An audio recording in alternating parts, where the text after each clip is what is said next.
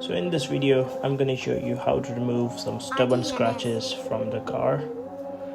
So we'll start with the 2500 to 3000 foot paper, and we will start scrubbing along the lines of the scratch. And make sure that we are applying a bit more pressure on to the line of the scratch and being gentle around the surroundings. So here I'm following the line of the scratch, scrubbing along. We will keep scrubbing as soon as we can't see the line of the scratch anymore.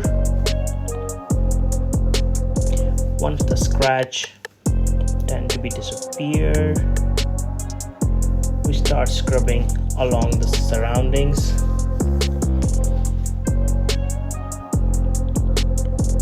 Make sure keep spraying the water on the way to keep it smooth and steady. Now we're scrubbing along the surroundings, applying a very gentle to little pressure to smoothen out and blend the surface. Keep spraying the water and keep scrubbing till you feel it's all smoothened out. Wipe it off. Here we can see we have a dry patch because of the scrubbing. Applying the scrubber cream. You can use any kind of T-cut cutting polish compound. I'm buffing it using a electrical buffer.